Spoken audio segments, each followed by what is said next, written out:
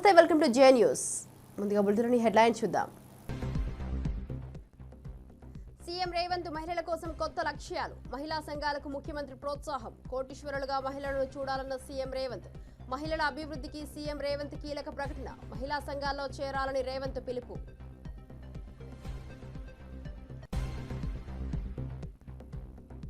Bricks సదస్సులో మోదీ సంచలన వ్యాఖ్యలు. ప్రధాని మోదీ అంతర్జాతీయ సంస్థలపై విమర్శనాస్త్రాలు. భద్రతా మండలి సంస్కరణలకు మోదీ పిలుపు.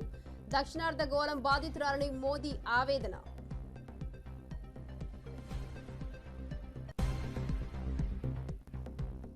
తిరుమలలో గవర్నర్ ఆర్ఎన్ రవి సందర్శన చర్చనీయాంశం. మాజీ డీజీ ఆర్పీ ఠాగూర్ తిరుమల పర్యటన హైలైట్.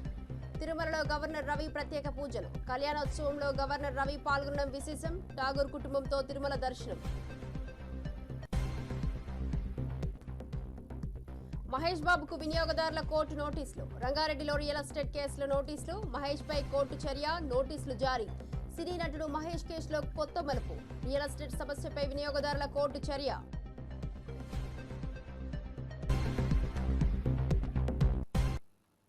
డీటెయిల్స్ చూస్తే మహిళలను కోటీశ్వరులుగా చేయడమే లక్ష్యంగా పెట్టుకున్నామని సీఎం రేవంత్ రెడ్డి తెలిపారు. పట్టణ ప్రాంతాల్లో మహిళలు కూడా మహిళా సంఘాల్లో చేరాలని పిలుపునిచ్చారు. ఈ ఏడాది మహిళా సంఘాలకు 21,000 కోట్ల రుణాలు అందించినట్లు వెల్లడించారు. ఇక అన్ని రంగాల్లో ఆడబిడ్డలను ముందుండేలా ప్రోత్సహిస్తున్నామని చెప్పారు. రేవంత్ రెడ్డి మాటలు మహిళల్లో ఉత్సాహాన్ని నింపాయి. గృహిణులు, ఉద్యోగినులు, వ్యాపార మహిళలు అందరూ కలిసి పురోగతి సాధించాలని ఆకాంక్షించారు. అందుకే నేను చెప్పిన స్వయం సహాయక సంఘాలలో ఈరోజు 65 లక్షల మంది ఉన్నారు. వీళ్ళను 1 కోటి మందికి పెంచాలి, 1 కోటి మందిని కోటీశ్వరులను చేయడమే లక్ష్యంగా పెట్టుకొని ఈరోజు చెయ్యి జాపడం కాదు, 10 మందికి చెయ్యిచ్చి సహాయం చేసే విధంగా మా ఆడబిడ్డల్ని ఆర్థికంగా బలోపేతం చెయ్యాలని, 1 కోటి మహిళల్ని ఈరోజు కోటీశ్వరులుగా చేయాలని మనం నిబంధన పెట్టుకున్నాం. గతంలో 18 సంవత్సరాలు పైబడి 60 సంవత్సరాల లోపల ఉన్న వాళ్ళకే మహిళా సంఘాలలో సభ్యులుగా ఉండేది. ఇప్పుడు 15 సంవత్సరాలు నిండిన వాళ్లకు ఏ వయసు అయినా సరే మహిళా సంఘాలలో చేరడానికి అవకాశాన్ని కల్పించి ఆ చట్టాన్ని కూడా సవరించి వాళ్ళందరికీ అవకాశాలు కల్పించాలని ఈరోజు పట్టణ ప్రాంతాలలో మహిళా సంఘాలలో సభ్యులు తక్కువగా ఉన్నారు. ఇక్కడికి వచ్చిన వాళ్ళు ముఖ్యంగా మా రాజేంద్రనగర్ నియోజకవర్గానికి సంబంధించిన మా ఆడబిడ్డలందరికీ నేను సూచన చేస్తున్నా, మనకు తెలిసిన వాళ్ళందరినీ సంఘాలలో సభ్యులుగా చేర్చండి.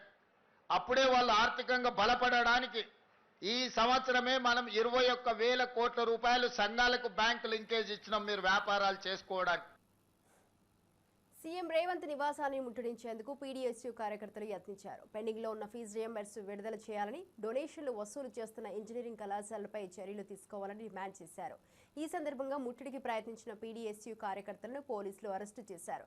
అనంతరం వారికి జూబ్లీహిల్స్ పీఎస్కు తరలించారు.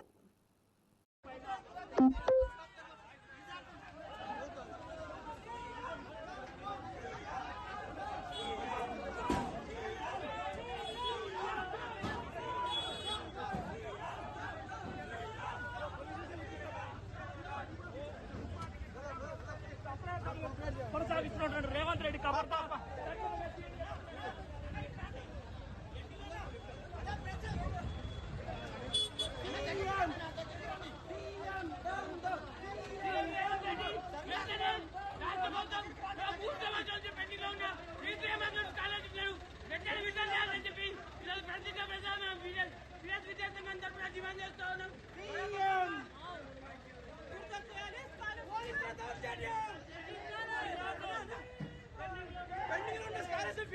విడుదల చేయాలని ఈరోజు పీడీఎస్ రాష్ట్ర కమిటీ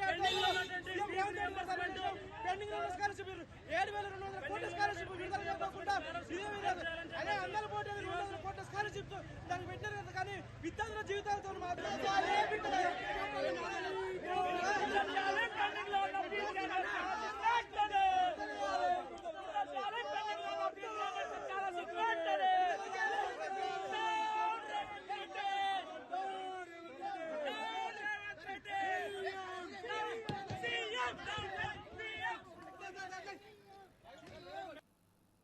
వన మహోత్సవాన్ని ఒక ఉద్యమంలో ముందుకు తీసుకువెళ్లాలని మంత్రి కొండా సురేఖ పిలుపునిచ్చారు.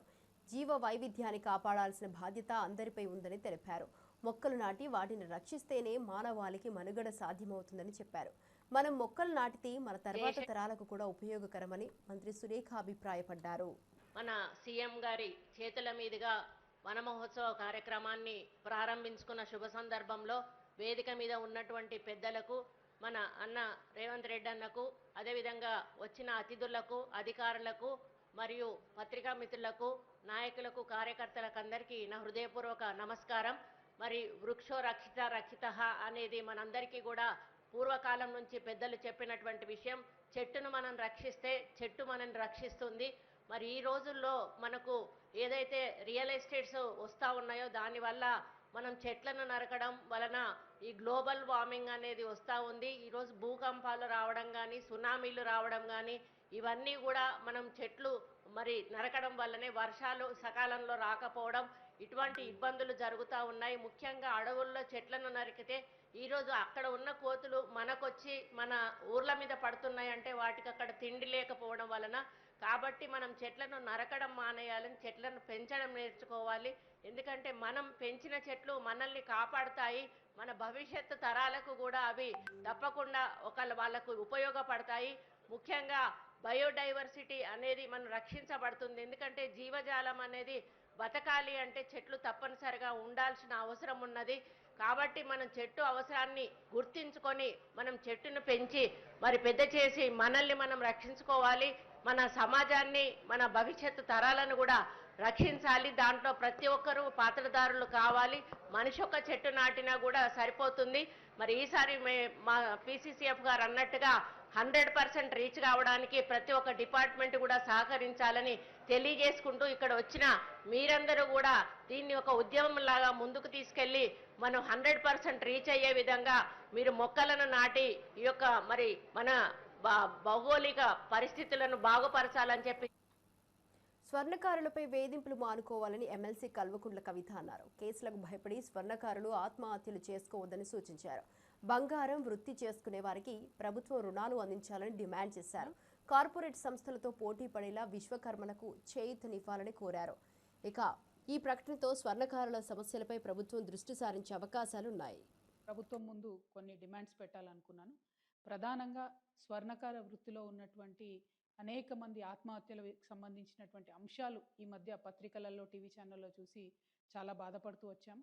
వాస్తవానికి విశ్వకర్మలందరూ వారి చేతి వృత్తులన్నీ కూడా తెలంగాణకే కాదు యావత్ భారతదేశానికి ఊపిరిపోసినటువంటి వృత్తి పనులు ఇవన్నీ కూడా. అవన్నీ నెమ్మదిగా కార్పొరేట్ సంస్థలు వచ్చిన తర్వాత మరి మరుగున పడుతూ వచ్చినటువంటి విషయం మనందరం కూడా గమనిస్తున్నాము. కానీ మన భారతదేశంలో బంగారానికి ఉండేటటువంటి ప్రాధాన్యత, నగలకు ఉండేటటువంటి పవిత్రత, వీటితోని స్వర్ణకార వృత్తిలోకి కేవలం స్వర్ణకారులే కాకుండా గౌడ్స్ కావచ్చు, వైశ్యాస్ కావచ్చు, అనేకమైన ఇతరులు కూడా వచ్చి చాలా చోట్ల బంగారు షాపులు పెట్టుకోవడము, నగలకు సంబంధించిన వ్యాపారాలు చేయడాన్ని మనం చూస్తూ వస్తున్నాము. అయితే పెద్ద పెద్ద సంస్థలు, మలబార్ లాంటి సంస్థలు, ఇంకోటి పెద్ద సంస్థలు వచ్చినటువంటి నేపథ్యంలో, రెడీమేడ్ షాపులు వచ్చినటువంటి నేపథ్యంలో స్వర్ణకారులకు వారి జీవనము నడవడమే ఇబ్బందిగా జరుగుతున్నటువంటి పరిస్థితిని కూడా మనం గమనిస్తున్నాం. అయినా ఒక మహిళగా ఒక మెట్టెలు చేయించాలన్నా, ఒక మంగళసూత్రం చేయించాలన్నా మనం ఇప్పటికి కూడా స్వర్ణకారుల దగ్గరికే పోతాం తప్పితే బంగారం షాపుకి పోయి కొనుక్కోవాలని అనుకోము. కాబట్టి ఇంత పవిత్రమైనటువంటి వృత్తి, ఆ వృత్తి చేసేటటువంటి వారందరినీ, వారి కుటుంబాలని కాపాడుకోవాల్సినటువంటి బాధ్యత మనందరి మీద కూడా ఉన్నది. ముందుగా స్వర్ణకారుల మిత్రులందరినీ కూడా నేను కోరుతా ఉన్నాను, ఏ సమస్య కూడా జయించలేనిది కాదు. మనందరం కలిసికట్టుగా ఉండి జయిద్దాం. దానికి సంబంధించి మీరు మనసు బాధ పట్టుకోకండి, ఆత్మహత్యలకు మాత్రం మీరు వెళ్ళొద్దండి. సైనైడే ఇవాళ పెరగన్నమయ్యేటటువంటి పరిస్థితి మరి స్వర్ణకారుల విషయంలో జరుగుతున్నది. చాలా బాధాకరంగా ఉన్నది. మీ అందరినీ నేను రిక్వెస్ట్ చేస్తూ ఉన్నాను. నేను ఎంపీగా ఉన్నప్పుడు మా నిజామాబాద్ జిల్లాలో ఈ యాక్ట్ 411 ఏదైతే ఉందో అది పెట్టకుండా దొంగ బంగారం కేసులో ఈ స్వర్ణకార వృత్తులు చేసేటటువంటి వాళ్ళను పోలీసులు ఇబ్బంది పెట్టకుండా నా వంతు ప్రయత్నం నేను ఆనాడు చేయడం జరిగింది. కానీ ఇవాళ ఇది రాష్ట్ర వ్యాప్తంగా చాలా పెద్ద ఎత్తున జరుగుతున్నది. ఈవెన్ ఏపీ, తెలంగాణ 2 రాష్ట్రాల్లో కూడా చాలా పెద్ద ఎత్తున ఈ సమస్య ఉన్నది. ఈ సమస్య పరిష్కారం అయ్యే విధంగా నేను ఇవాళ ఒక ఎమ్మెల్సీగా ఉన్న ఒక బాధ్యతాయుతమైనటువంటి సంస్థ జాగృతి నడుపుతున్నటువంటి వ్యక్తిగా, బీసీ ఉద్యమంలో మరి పోరాటం చేస్తున్నటువంటి ఒక వ్యక్తిగా మీ అందరికీ నేను అండగా ఈ యాక్ట్ 411 సవరించేంత వరకు కూడా పోరాటం చేస్తానని ఈ సందర్భంగా మీ అందరికీ తెలియజేస్తూ ఉన్నాను. మీరు మానసికంగా ధైర్యంగా ఉండండి.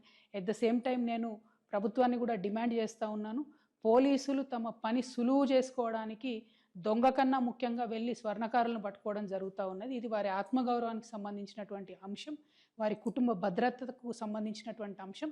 కాబట్టి పోలీసు వాళ్ళు చాలా సున్నితంగా ఈ వ్యవహారాన్ని డీల్ చేయాలని చెప్పి కూడా నేను కోరుతా ఉన్నాను. ఎట్ ద సేమ్ టైం మనం అభివృద్ధి కోసం కూడా చాలా ప్రయత్నం చేయాలి.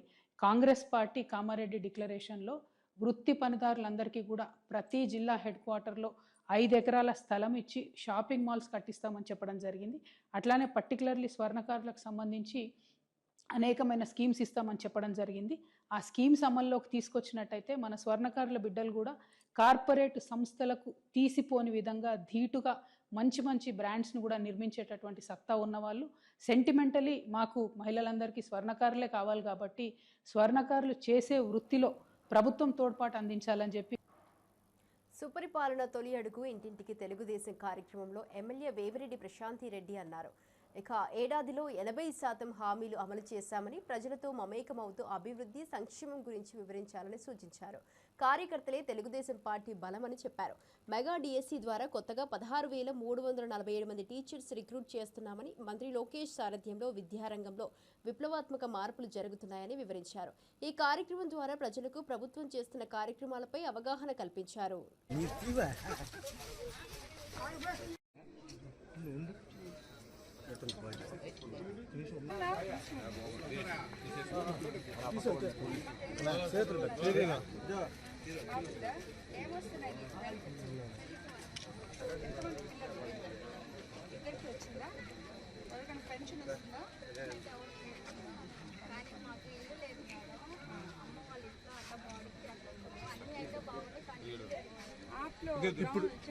ఇప్పుడు సైట్లకి వస్తున్నాయి.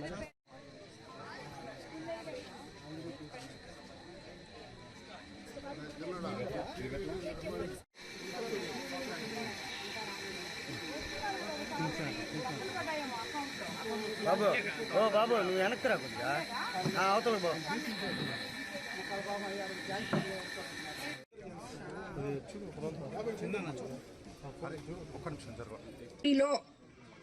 మొదలు పెట్టడం జరిగింది. అలాగే ప్రగతి నగర్లో కూడా చేయబోతున్నాం. చంద్రబాబు నాయుడు గారు ముఖ్యమంత్రి అయిన తర్వాత ఏ రకంగా అయితే మనకి సంక్షేమము అభివృద్ధి సమపాళ్ళల్లో అందిస్తున్నారో ప్రజలకు అందరికీ తెలుసు. అలాగే ఎలక్షన్ ముందు మీ అందరి దగ్గరికి వచ్చి సూపర్ 6 పథకాలు, బాబు షూరిటీ, భవిష్యత్ గ్యారంటీ అనే దాని మీద మీకు అందరికీ మీ ఇళ్లకు వచ్చి మేము చెప్పి వెళ్ళాము.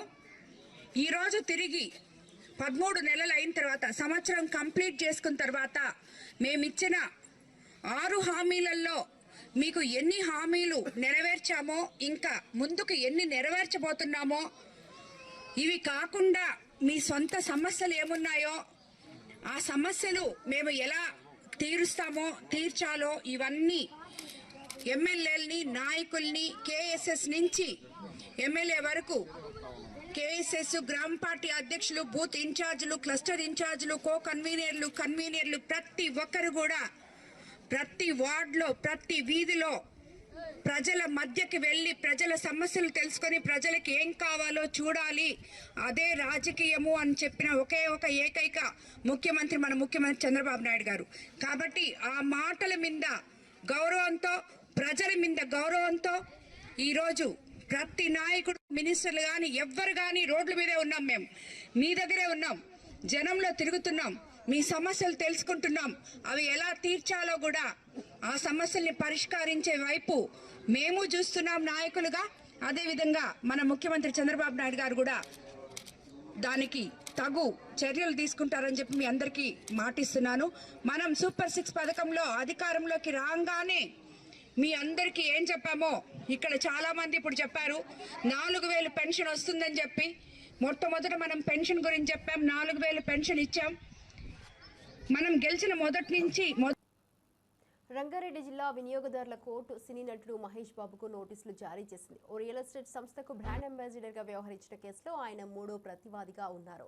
మొత్తం 3 ప్రతివాదులకు కోర్టు నోటీసులు జారీ చేసింది. కోర్టు పంపిన నోటీసులు అందిన తర్వాత వారు వ్యక్తిగతంగా లేదా న్యాయవాదుల ద్వారా హాజరు కావచ్చని పేర్కొంది.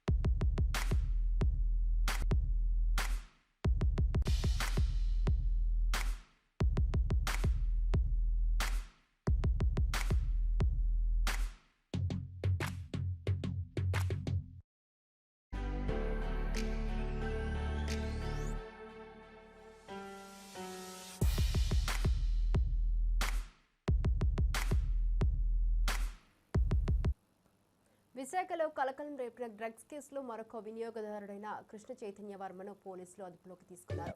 ఏయూ ఇంజనీరింగ్ కళాశాల రోడ్లో శనివారం 25 గ్రాముల కొకాయిన్ పట్టుకున్న పోలీసులు డ్రగ్స్ వినియోగిస్తున్న కృష్ణ చైతన్యను అదుపులోకి తీసుకున్నారు. సుమారు 60,000 ఖర్చు చేసి ఈ మత్తు పదార్థాన్ని కొనుగోలు చేసినట్లు నిర్ధారణ అయింది. ఇప్పటికే దక్షిణాఫ్రికాకు చెందిన థామస్ డిజ్మోన్, విశాఖకు చెందిన అక్షిని అరెస్టు చేసిన పోలీసులు విచారణ కొనసాగిస్తున్నారు. ఇదే కేసులో 3వ నిందితుడిగా కృష్ణ చైతన్యను గుర్తించారు.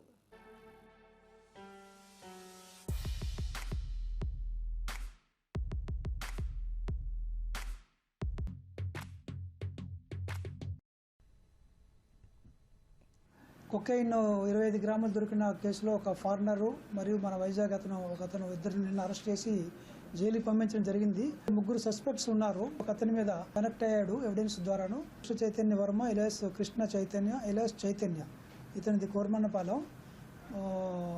అతను ఒక డాక్టర్గా అక్కడ ఉన్నాడు, MBBS చదివాడు. ఆ అక్షయ్ అనే ఎవరైతే ఇంకొక మెయిన్ ముద్దాయి ఉన్నాడో అతనికి ఉన్న వీరిద్దరు కూడా ఈ యొక్క కొకైన్ తెప్పించడం కోసం డబ్బులు ఇతను ఇచ్చాడు.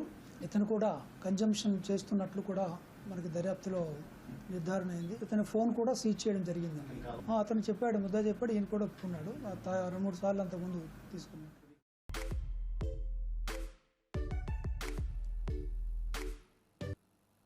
తిరుమలలో తమిళనాడు గవర్నర్ ఆర్ఎన్ రవి, మాజీ డీజీ ఆర్పి ఠాగూర్ సందర్శన చేశారు. వారు ప్రత్యేక పూజలు నిర్వహించి కళ్యాణోత్సవంలో పాల్గొన్నారు. గవర్నర్ రవి తిరుమల దర్శనం ప్రత్యేకమని భావించారు. ఆర్పి ఠాకూర్ కుటుంబంతో కలిసి స్వామివారిని దర్శించుకుని ఆశీర్వాదం పొందారు. ఆలయ అధికారులు వారు సత్కారం చేశారు. ప్రజలు ఈ ప్రముఖులను చూడటానికి పెద్ద సంఖ్యలో తరలివచ్చారు.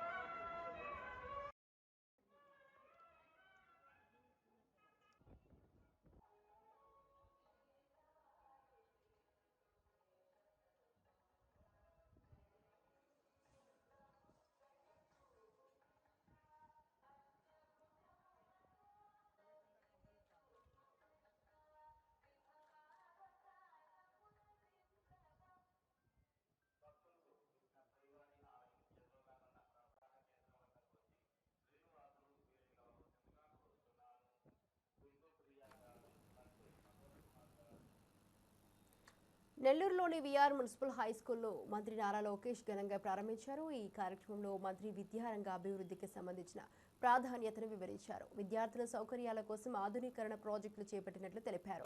ఈ పాఠశాల పునాది రాళ్లను పటిష్టంగా నిర్మించేందుకు ప్రభుత్వం కట్టుబడి ఉందని అన్నారు. విద్యార్థులు సమర్థవంతంగా విజ్ఞానం పొందాలంటే మంచి వసతులు అవసరమని పేర్కొన్నారు. పాఠశాల సిబ్బంది, విద్యార్థులు మరి చొరవను ప్రశంసించారు. సాంకేతిక పరిజ్ఞానం ద్వారా విద్యలో విప్లవాత్మక మార్పులు తీసుకురావడమే ప్రభుత్వ లక్ష్యమని ఉద్ఘాటించారు. చివరగా మన యువతీ యువకులు ప్రపంచ స్థాయికి సిద్ధం కావాలని ఆయన ఆకాంక్షించారు.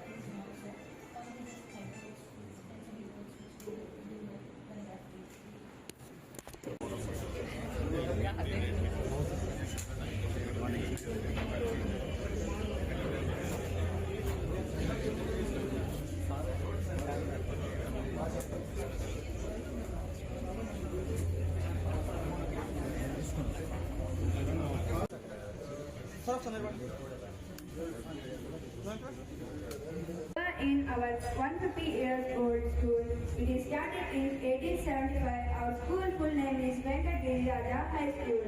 We are one of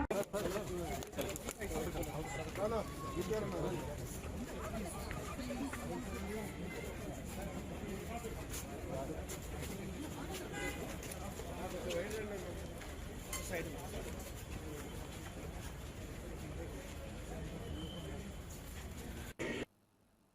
అంతర్జాతీయ సంస్థల ద్వంద్వ ప్రమాణాలకు దక్షిణార్ధగోళం బాధితురాలని ప్రధాని నరేంద్ర మోదీ బ్రిక్స్ సదస్సులో పేర్కొన్నారు.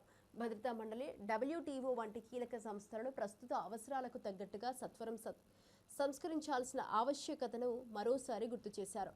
పహల్గాం దాడిని బ్రిక్స్ దేశాలు ముక్తకంఠంతో ఖండించాయి.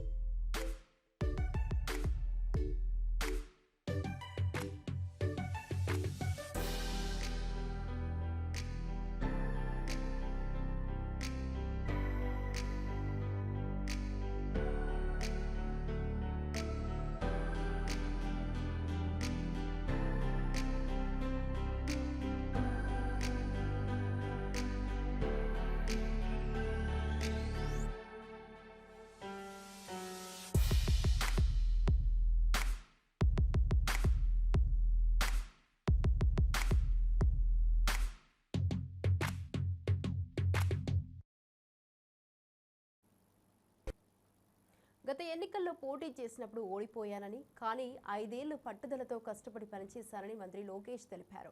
ఆ కష్టానికి ఫలితమై ఎప్పుడూ రాని మెజారిటీతో గెలిచానని ఆయన అన్నారు. విద్యాశాఖ మంత్రిగా బాధ్యతలు తీసుకునేటప్పుడు కష్టమైన శాఖ ఎందుకు తీసుకున్నారని తనను చాలా మంది అడిగారని లోకేష్ చెప్పారు. అంతకుముందు నెల్లూరులో విఆర్ మోడల్ పాఠశాలను మంత్రి లోకేష్ ప్రారంభించి మాట్లాడారు. అనంతరం తరగతి గదులు, డిజిటల్ విద్యా విధానాన్ని, లైబ్రరీలో పుస్తకాలను ఆయన పరిశీలించారు. వందే మాత్రం అనే నినాదంతో నేను ప్రారంభిస్తాం జరుగుతుంది. నేను వందే అంటాను, మీరు మాత్రం అనాలని ఈ సభాముఖ కోరుతున్నా. వందే వందే మాతరం, వందే మాతరం. Thank you. వేదిక మీద ఉన్న మంత్రివర్యులు నారాయణ మాస్టర్ గారికి, గౌరవనీయులు ఫరూక్ గారికి, గౌరవనీయులు ఆనం రామనారాయణ రెడ్డి గారికి, member of parliament Vemireddy Prabhakar Reddy గారికి, నెల్లూరు రూరల్ ఎమ్మెల్యే కోటమిరెడ్డి శ్రీధరన్నకి, కలెక్టర్ గారికి, ఈ సమావేశానికి ఇచ్చేసిన శాసన సభ్యులు, అధికారులు, ఉపాధ్యాయులు అందరికీ పేరు పేరున నా ఉదయపూర్వక నమస్కారాలు. మాట నేర్పించేది అమ్మ, నడక నేర్పించేది అమ్మ, బాధ్యత కూడా నేర్పించేది అమ్మ, మన కోసం జీవితం మొత్తం త్యాగం చేసేది మన అమ్మ, భూమి కంటే ఎక్కువ భారం మోసేది మన అమ్మ. అందుకే తల్లికి వందనం పేరుతో తల్లి రుణం తీర్చుకునే దానికి ఈరోజు ఈ ప్రభుత్వం ముందరికెళ్తుందని ఈ సభాముఖంగా తల్లిదండ్రులందరూ తెలియజేస్తున్నాను. అంతేకాకుండా ఆలు నేర్పించేది ఉపాధ్యాయులు. ఉపాధ్యాయులకు ఒక స్వార్థం ఉంటుంది. ఆ స్వార్థం ఏంటంటే వాళ్ళ చదువు చెప్తున్న పిల్లలందరూ బాగా మార్కులు రావాలి, అన్ని ర్యాంకులు కొట్టాలన్న స్వార్థం వాళ్ళలో ఉంటుంది. అందుకే ఉపాధ్యాయులను ఎప్పుడు చూసినా మనకి దేవుడు గుర్తొస్తారు. అలాంటి ఉపాధ్యాయులందరికీ పేరు పేరున నా ఉదయపూర్వక నమస్కారాలు తెలియజేసుకుంటున్నా. పెద్దలు ఇప్పుడే చెప్పారు, 1875లో విఆర్ హై స్కూల్ స్థాపించారు. దాదాపు 150 సంవత్సరాలు చరిత్ర ఉన్న పాఠశాల ఇది. నిజంగానే వీడియోలో చూస్తే ఈరోజు నేను ఆశ్చర్యపోయా. కరెక్ట్గా 6 నెలల ముందల పాఠశాల ఇలాంటి పరిస్థితుల్లో ఉండాలని ఈరోజు నాకు అర్థం అవ్వలే. పాఠశాల మొత్తం చూస్తే నిజంగానే అసూయపడ్డా. నారాయణ మాస్టర్ గారు చెప్పా, పశ్చిమ గోదావరి జిల్లా ఇరగవరం మండలంలో ఎమ్మెల్యే ఆరిమిల్లి రాధాకృష్ణ సుపరిపాలనలో తొలి అడుగు కార్యక్రమంలో పాల్గొన్నారు. తూర్పు విప్పరు కాకుల ఇలిందపర్రులో ఇంటింటికి వెళ్లి ప్రజా సమస్యలపై ఆరా తీశారు. గత ఏడాది పాలనలో కూటమి ప్రభుత్వం అమలు చేసిన సంక్షేమ పథకాలపై కరపత్రాలను పంపిణీ చేశారు. గ్రామాల్లో మౌలిక సదుపాయాల కల్పనే తన లక్ష్యమన్నారు.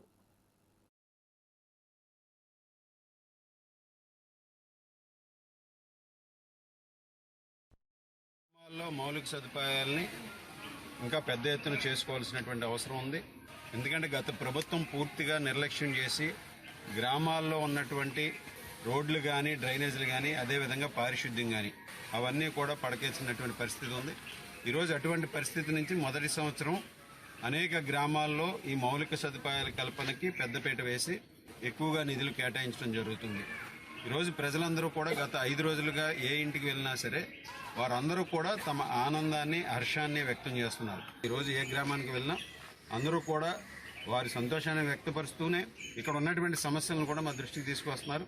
ఈ కార్యక్రమం ద్వారా రాబోయే రోజుల్లో ఏ గ్రామానికి ఎటువంటి అభివృద్ధి కార్యక్రమాలు చేయాలి, రాబోయే 4 సంవత్సరాలు అనేది కూడా ఒక ప్రణాళిక ప్రకారం అభివృద్ధి చేయడానికి ఈ కార్యక్రమం ఒక వేదికగా ఉపయోగపడుతుంది.